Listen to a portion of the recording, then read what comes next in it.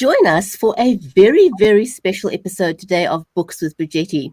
We've got the absolute pleasure of sitting down with Simon Macdonald, the globally acclaimed chef, TV personality, and now author of the enchanting children's book, A Rhyme in Time. So, join us as we explore the culinary and literary worlds colliding in Simon's fascinating journey from the kitchen to the pages of whimsical poetry. Authors like you've never heard them before, only on Books with Bridgetti. Don't go away. We will be right back. Introducing Books with Bridgetti, a lineup of industry experts, award-winning authors and talented indie authors. Buckle up for an unparalleled journey with us. Meet exceptional authors celebrated globally for their captivating narratives. Our authors craft imaginative stories that stay etched in your mind long after the final page. It's not just stories, it's lingering experiences that stay etched in your mind. Our authors share the inspirations that create mesmerizing page-turning stories. Journeys that embody resilience, that turn setbacks into stepping stones, rejections that spark growth, and hurdles that become a catalyst for creativity. From dramas, mysteries, fantasies, children's stories to reality stories, join us as we delve into the inspiration behind the story, discover how authors breathe life into characters, and meticulously craft plots that keep you turning the page. But wait, there's more. We share stories from indie authors as well as Amazon and New York Times best-selling authors. Get ready for an interview that'll have you on the edge of your seat. Stay tuned. Join us, only on Books with Bridgetti. If you have just joined us, you are watching Books with Bridgetti. Our amazing guest today is Simon Macdonald. He's from the Scottish West Highlands. He's a globally acclaimed chef, a TV personality, and witty after-dinner speaker. And beyond cooking for royalty and presidents, he's penned a charming children's book called A Rhyme in Time, which is what we're going to be talking about mainly today. So, welcome to the enchanting world where culinary mastery meets storytelling magic. And let's welcome Simon to come and join us, shall we?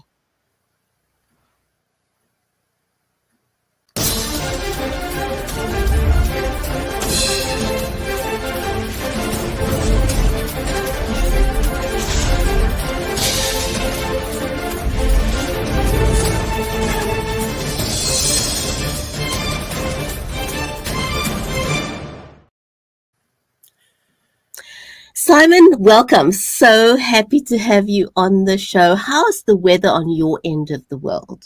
Well, it's surprisingly good today. We've had so much rain. I mean, this winter has been absolutely incessant, but today it's beautiful. Lovely, brilliant sunshine on the west of Scotland. This is what I would have expected in South Africa. Wonderful. So for viewers who don't know, you tell me you've actually spent some time in South Africa. Tell me a little bit about that. Just a little bit. Yes, I love South Africa. I lived there for 5 years in Knysna on the Garden Route. Beautiful town, full of Scots. I reckon there are more Scots living in Knysna than there are in Scotland now. I mean, every other person I met is a Scot, and there's so many Scottish place names there, and right throughout South Africa as well. It's a wonderful, wonderful place, and I've made many lifelong friends from there as well, and got so much inspiration from my work. Wonderful. I'm so pleased. Every now and then on the show, I get to meet authors who has been to South Africa, and always lovely to meet them. Now, with your diverse background in cooking, television, and writing, how do you juggle all these different creative pursuits? Well, I bet I've got more hats than you have. I mean, I have to wear enough hats probably to set up a milliner's shop, because I've got my culinary side, I've got my writing side, the television side, and also a sort of mainstay as well as work which I do in consultancy and fisheries and aquaculture and food processing as well. So it's quite a melting pot. It means I never get bored. I just don't have time to get bored. But managing your time is crucial in life. I can well imagine when you juggle so many balls at the same time, and being in the kind of industry where you are, dropping one of those balls in the creative space can be quite a big deal. So managing your time well is important. Um, can you tell us about a moment from your culinary or TV career that inspired one of the story or an illustration in a rhyme in time? Well, that's actually quite an interesting and an extremely complex question, because each thing I do gives inspiration for the next, and so it goes on. So it does become quite a melting pot, and it keeps all those balls up in the air as well. I drop one, oh, I'm in desperate trouble trying to find it again. But I enjoy it, and I think the secret of it all as well is that I don't get bored. I don't get time to be bored. I love every second of it, and I look forward to a Monday morning. And I always reckon, if you don't look forward to a Monday morning, for goodness sake, change your career or retire or do something else as well. That life's a blast. It's here to be lived. It's here to be enjoyed. So you get out there and give it your best. Absolutely. I totally I totally agree with you. Oh my goodness. And how does your experience with food and fisheries influence the themes or characters in your nursery rhymes? Have you woven that in somehow? Yeah, there's actually in a lot of the nursery rhymes which I've written, there's a lot of reference to fish and to the sea and to waters and to animals as well. I mean, I love animals, and I love learning about animals all the time as well. This was one of the great things when I went out to South Africa. Your wildlife there, I'm not talking about the city wildlife, there's plenty of that goes on, but the out in the bush, the wildlife is quite extraordinary. And I remember going to the Lalabella Game Reserve, one of my earlier days in South Africa. And it was actually almost a life-changing experience. Encountering these animals in their natural habitat, doing their own thing. A lot of people, you'll go to a zoo and you'll see a giraffe, you'll see elephants or whatever. It's really not the same as actually being out there in the bush and seeing them. In particular, when you've got a good ranger who is like encyclopedic knowledge of all that goes on there as well. Amazing experience.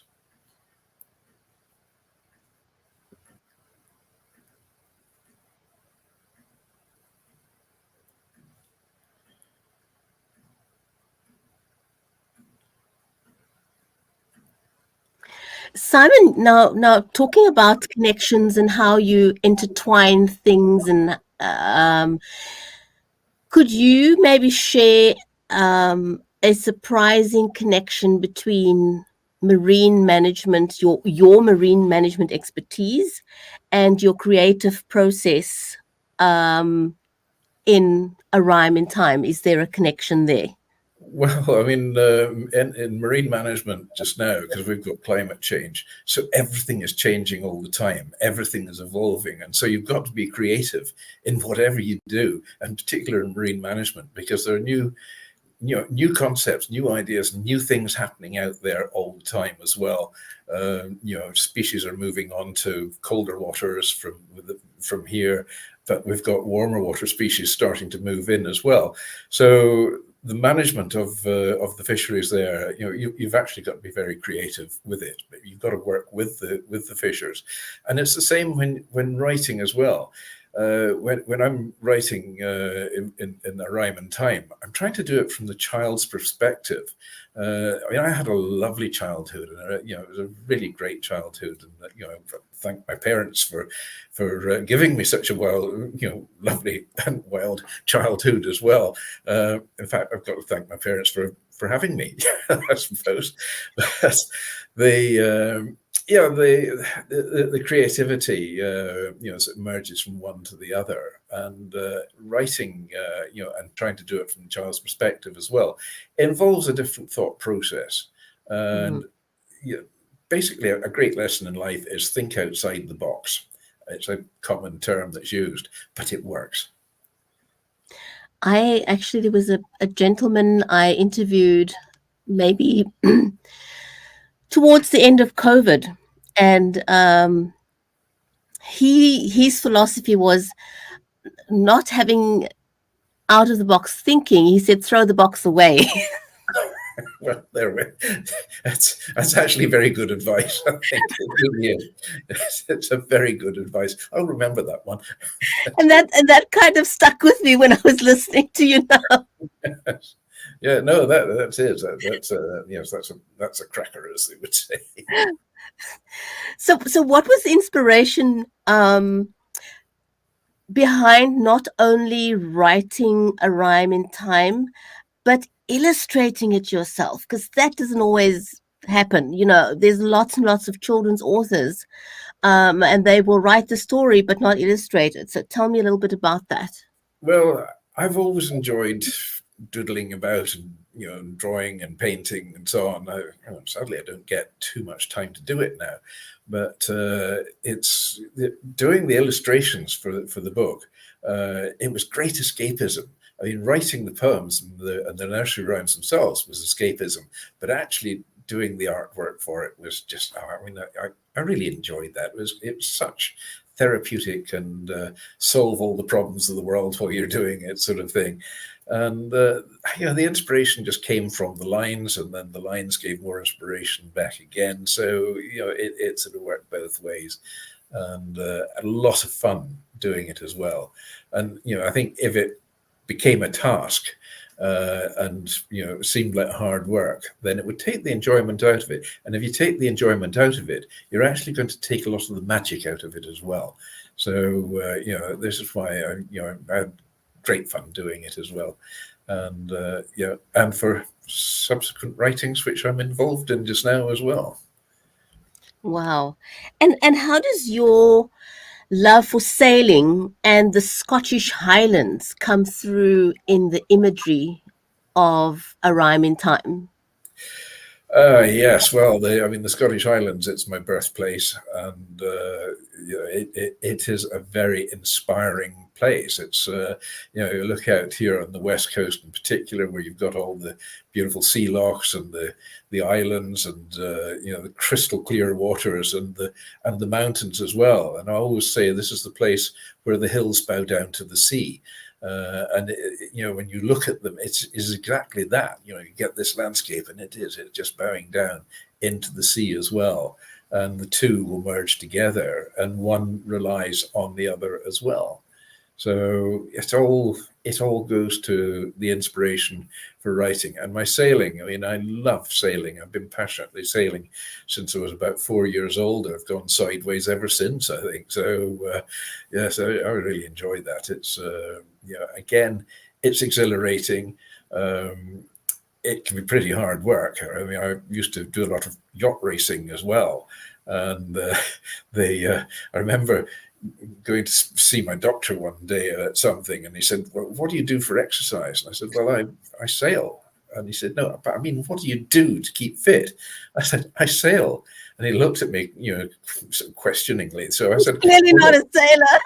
I said, I'm short of one crew from a race boat for Monday night. I want you to come out and see for yourself. So he said, "Oh, well, excellent." So he toddled out, and expecting, the life of Riley lying back in the boat and so on. Well, after we had quite a tough going race, and he got back ashore, and I said, "I will never ask what you mean by exercise again when you say sailing." It took him about a week to recover from it. It's a very, very energetic sport, but very immersing. You just get totally immersed in it as well. The concentration value is quite phenomenal too. So again, it's another thing. You come off the boat, and you actually almost wonder what happened from that moment you get onto the boat to the moment you get off the boat, because you are concentrating, focusing so hard on the task in hand. But again, it's all inspirational. Absolutely, absolutely. Now, when it comes to marketing your book and talking about your book, it's an aspect that most authors are often uncomfortable for and not quite prepared for. Because a common misconception is that once your book is out there and it's on the shelf, it's going to jump off the shelves and sell itself. But many an author will tell you they quickly discover that's not the case. You No, actually have to it's market it. So carry on. yeah, no, I mean, marketing is a sport and hobby to me as well. I mean, I had a business, a food business, smoking food a number of years ago in a very remote part of the West Highlands. Now, when I say it's a remote area, it would cost me it would cost me 10 litres of petrol to go and buy 5 litres of petrol. So, I mean, that's pretty remote. And the population of the village was about 23 people. But I built this business up in a fairly short space of time. So I was supplying from Beverly Hills in the west to Tokyo in the east, quite literally. And we supplied into royal households and US presidents. There was 3 of them had my product. We supplied Concorde up to the day she stopped flying, and so on and so on and so on. So marketing, you've got to, you can't stop. You've got to keep going at it. Taking a step back is actually taking a lot of steps back. Standing still is taking 2 steps back. So you've got to move forward all the time. And with my marketing side of it as well, I enjoy doing that. And I remember I was in 1994 and 95, I think it was. I actually won the Scottish Marketing Awards with my product. And I was the only company to actually be doing this without the services of a marketing agency. So my name was absolute mud with all the marketing agencies, because they said, why can you do this? And we're professional companies. So, and you come along and encroach in our territory and so on, and you walk away with the top prizes. So I thought, well, it's because I enjoy it, and because, I believe in what I'm doing, and I have a product there which I strongly believe in, and I know where I want it to go, and I make it happen.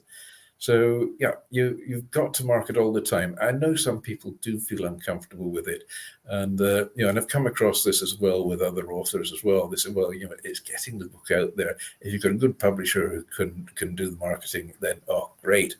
I said, well, I like to get out there and do that sort of thing myself. So here we are, and Rhyme and Time is it is still there and still selling.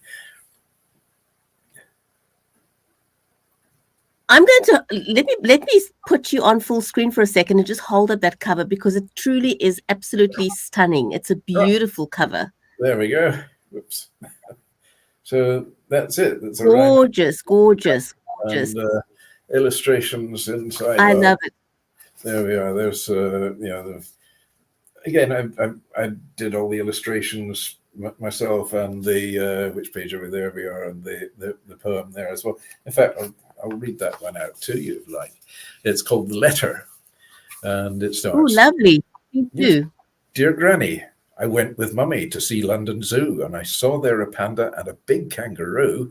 There were lions and tigers and a grizzly bear, hippos and camels with raggedy hair, sea lions and penguins and chimpanzees too.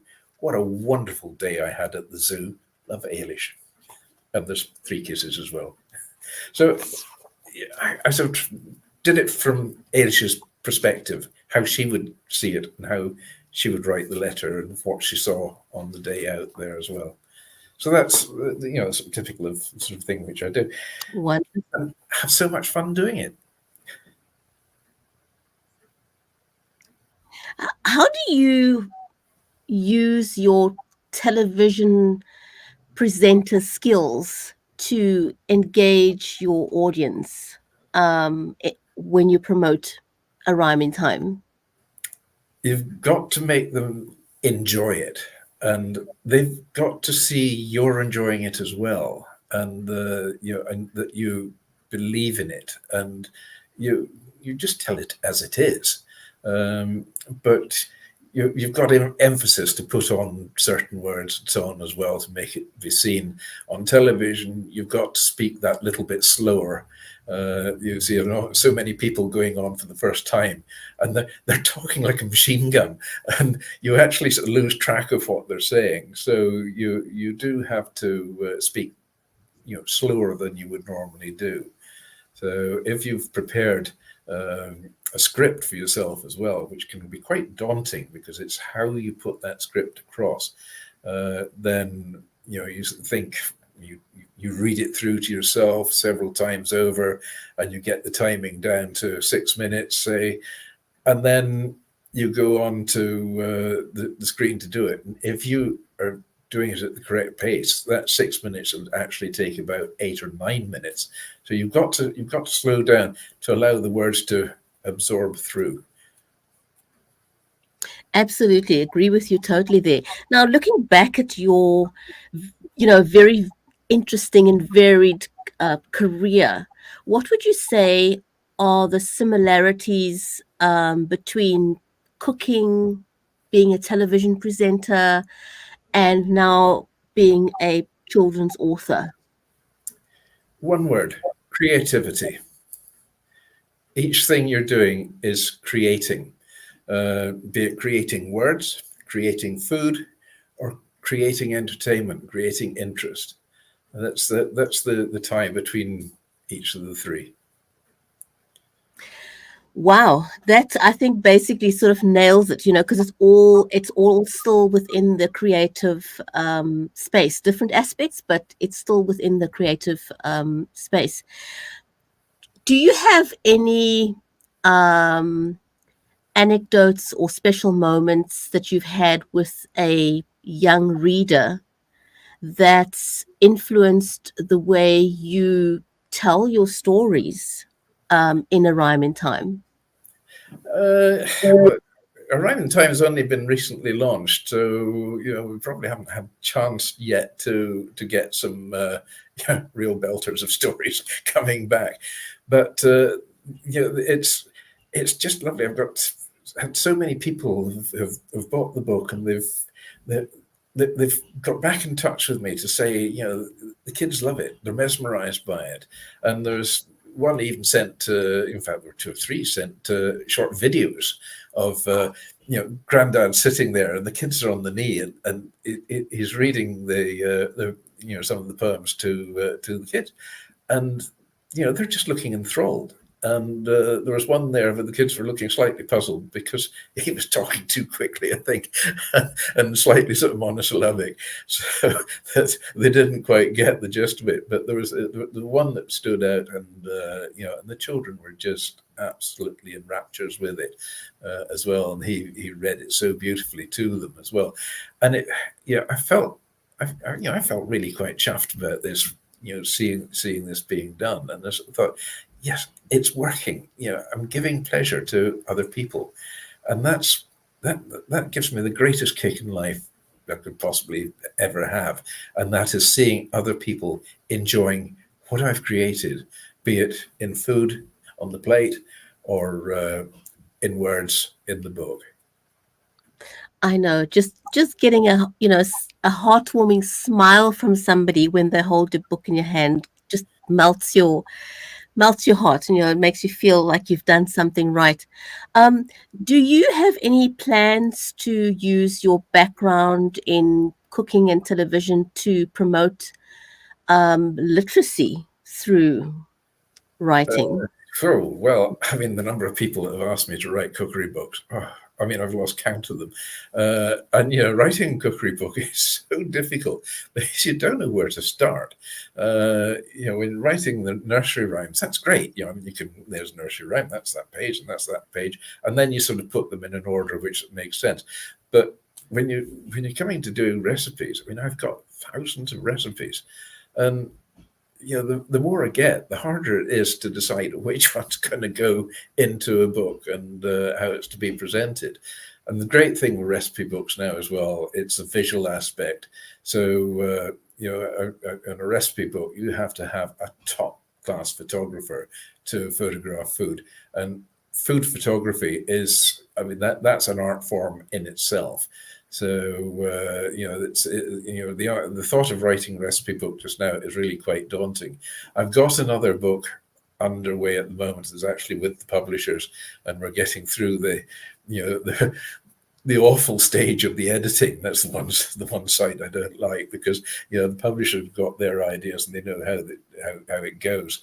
and I'm pretty new to this game, really. So I've got my own ideas, and my publishers have been so inspiring. They've given me some tremendous tips and ideas and how to bring the whole book to life. And it's not another children's book. This is more for grown-ups. It's actually a factual book based on the diary of my father from during the Second World War in around the time of the Battle of Cassino. And I've got the his original notes, which on the field he was writing it as he went along on whatever scraps of paper he could get. So trying to decipher the notes was one major hurdle. But got to that stage and then got to find out all the sort of things that he can do and he can't do. I mean, like mentioning names without permission of the people. And unfortunately, most of the people are no longer because Battle of Cassino was 80 years ago this year. So it's proven quite a challenging one, but it's a really interesting one, a really fascinating one. And I've been getting so much backup help as well from the from Regimental Museum have been tremendous help in it as well. So I've got that one. And I've got another one in mind as well to follow on, which again will be somewhat different again. It might actually be easier to do, but I won't reveal anything about that one just now. But I have been taking or been given some advice on it, and the person I've been speaking to is very enthusiastic about it. So I thought, oh great, this has got to work. So I've got my future mapped out already.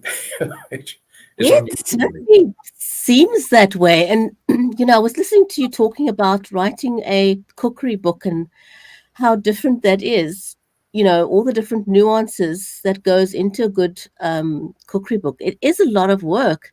And I'm glad that you talked about the challenges in creating a good cookery book, the fact that you need a specialist photographer. It's a very lengthy process of doing something like that. The Any idea? the other factor that comes in as well in writing cookery book, food. It's a bit like the fashion world because recipes go out of date. I mean, prawn cocktails, very 1970s type of dish. The traditional finely chopped up iceberg lettuce, so that stuff should have been banned long ago, and the Mary Rose sauce and a few prawn tails in it, and it's in a Paris goblet glass, and so it's so 1970s. There are people trying to make it come back again, but you've got to put a pretty clever twist on it to make it just that little bit different. So food trends come and go. Just like fashion as well. So, that's a factor you've got to take in. And recipes which I've got, I mean, looking through them every so often, I think, yeah, I'd love that recipe and it's a great one, but it's just not in vogue now. It's not fashionable. It's not trendy. So it's an evolving, the culinary world is evolving all the time. Yeah, goodness me. I really look forward to that. Do you have a particular timeline in mind for when your book may get published? This next one, my father's diary, I'm wanting that has to come out this year because this is the 80th anniversary of the Battle of Cassino and the fall of Rome. So it's got to be done this year. So no pressure. I've got a particular passion for those kind of stories because I think it helps families keep the legacy alive.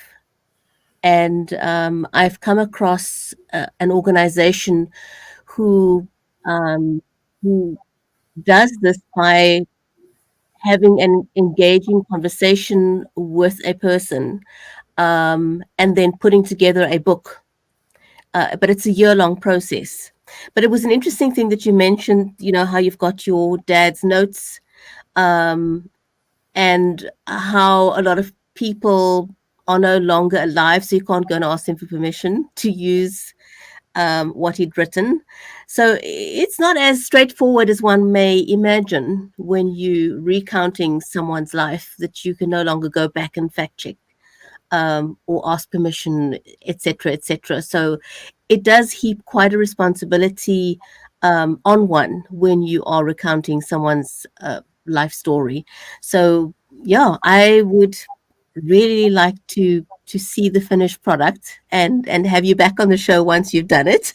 Yes, indeed. Oh, well, they're delighted to be here. Yes, but yes, it is. This has been really quite a daunting thing. I mean, the framework was there because I've got all the diary notes which he'd written, and I mean, incredibly descriptive, very harrowing at places. But then there's the odd little humorous bit that creeps in as well. In one instance when they were, they're out in a patrol through the night, and they're crawling through the undergrowth and so on, and just behind enemy lines, and then there was something moved next to them, and of course everybody just froze in absolute panic. And then there was another movement as well, and it turned out to be a baby donkey. So he put a muzzle over this baby donkey and took it back and presented it to the commanding officer of the battalion and said, "You deal with it." So I don't know quite what the commanding officer's viewpoint might have been at that time, but it was a tense moment reading, and then this great sort of relief of it. Okay, it's just being a baby donkey, but it was actually, it takes on quite a humorous, facade in that particular extract. So, yes, and it also get clearly illustrated. And every time I read it, I just thought what these people went through at that time was just unimaginable. It absolutely is. Pretty horrific, and just amazing, an amazing generation. Really was.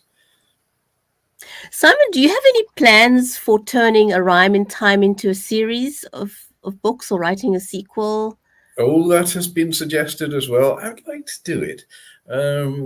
But when you do something like that, when I wrote A Rhyme in Time, I actually wrote it quite a few years ago, and it lay in a cupboard, basically, because I didn't, I thought, well, I did it, and that was it, and did it for the grandkids. And then it was just not that long ago, last year, and I was reading it just by chance to a friend involved in television, who is an award-winning author as well. And she said, "You've got to get this published." And I said, "I don't even know where to start." So she says, "I've got a good publisher. I'll put you in touch with them." They said, so an online meeting was set up, and I read a couple of the nursery rhymes to them, and showed them, up to the screen with a couple of the illustrations which I got. And they said, "We have to have this. We have to publish this for you. It is just enthralling." So I thought, oh, right, okay, well, we have got something here. So they guided me all the way through it, and helped me along. They did a fantastic job for me, and so that was Norn's Triad Publications in America.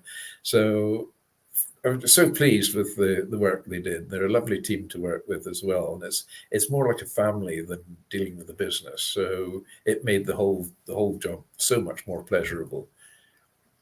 How did you connect with Norm's Triad Publishing in the States, if I may ask? Because I always find that interesting. I mean, I know the world is a much tinier place than it used to be, but how did you find them?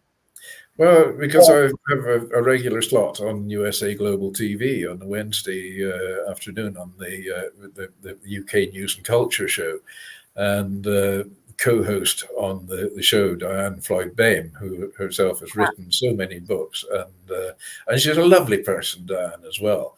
And it was her. I'd read this too, and she's, "We've got to do it. You've got to do it." So she made the introductions, and the rest, they say, is history. So that's it. And so they've done a lot of put a lot of effort into the marketing of it as well. And I've put my own tuppence worth into the mix as well to sell it, and it's doing very well. I'm very pleased. I've heard very good things about them, because one thing you need to know is that, like with everything else, not all publishers are equal. Yes. You do have to do your homework. My co-host on the other author's show, uh, herself went through very challenging times with publishers, and she happens to be with the same one as that you use now, Norm's Triad. But I actually did an interview with her about the publishing process and how a bad experience, and she had one after the other with the publisher, and that can really place a damper on you as an author. And how do you remain resilient through that process? So it's very important that you do your homework Oh, before yes. you decide on a publisher. I know exactly who you're talking about as well, and she has given me so much encouragement as well, and so much help, and because she's all part of the Norns family, and Norns don't have a huge number of writers on their list, but they're very carefully selected and very carefully picked out. And so we all get on well together, and we have 2 or 3 times a year we'll have an online chat together as well, and just throw ideas across the table, and it helps enormously. I've learned so much from doing that. Self-publishing, I know there seems to be more and more people going down the route of self-publishing. That's quite a scary route to go down, I think, and in particular in the early stages of your writing career. Do I call it a career, or do I call it a hobby? I mean, it's because it's so enjoyable. It's far too enjoyable to call it a career. Be both. It could be both. Yes, it's far too enjoyable to be called a career, though. I think when you mention career, then you're going down the route of hard work and 9-to-5 jobs and so on like that. That just doesn't enter my vocabulary at all. The other thing that doesn't enter my vocabulary is a word I don't know what it means. There's a very small word. It is 2 letters. One is N and the other one is O, and I find that a very difficult word to comprehend. Yes, it is.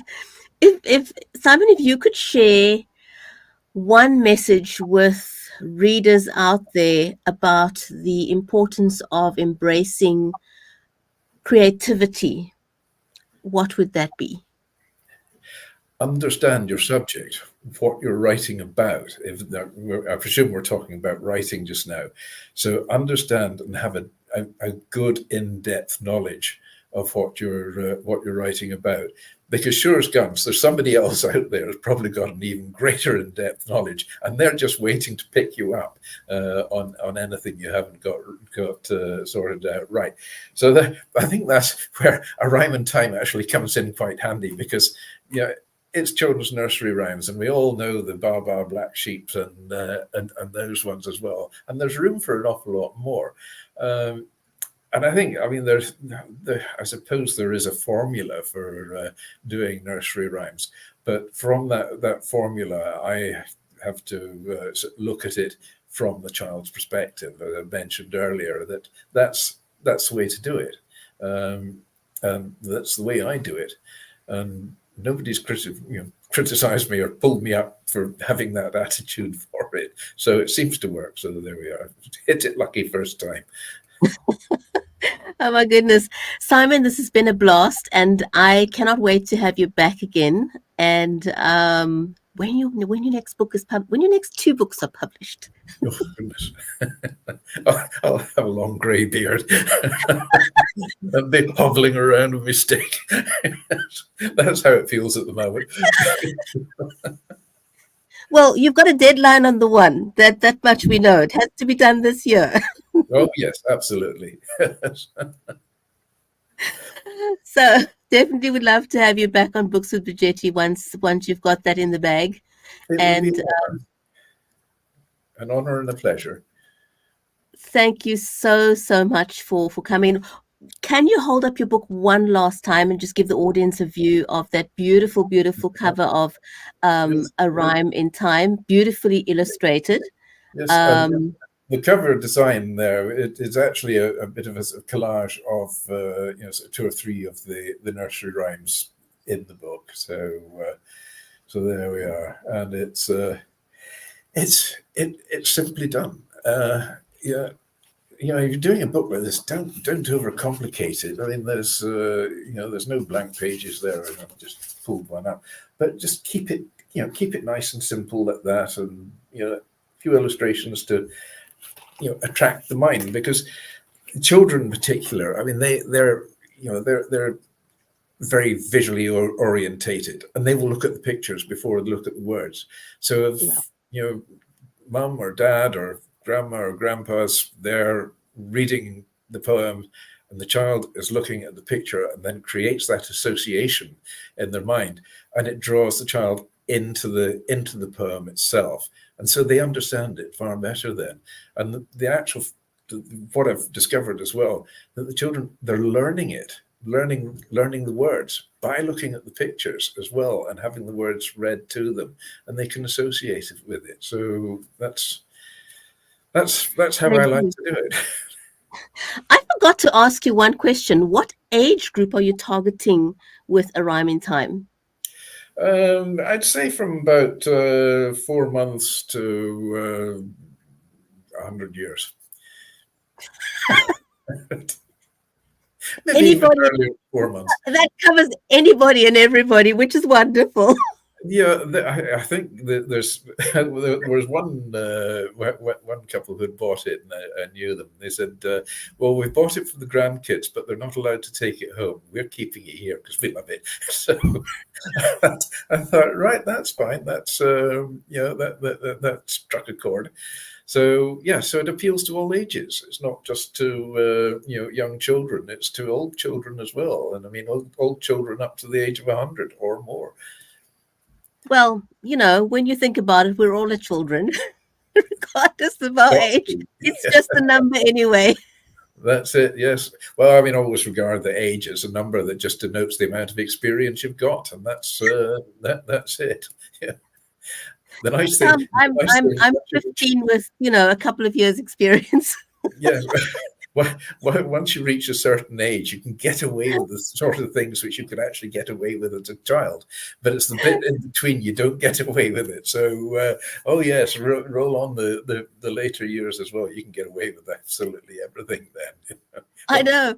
I saw a lady on TikTok the other day, and she was calling herself a queenager, and I thought, I think I'm going to steal that one.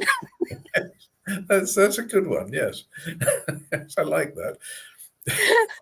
Oh my goodness. Simon, this was a blast. I really look forward to having you back on the show with us again. And to everyone who's joined us live, thank you so much for keeping us company and enjoying the conversation about A Rhyme in Time. Stay tuned, and we'll see you back on the next episode of Books with Bridgetti. Until then, take care and goodbye for now.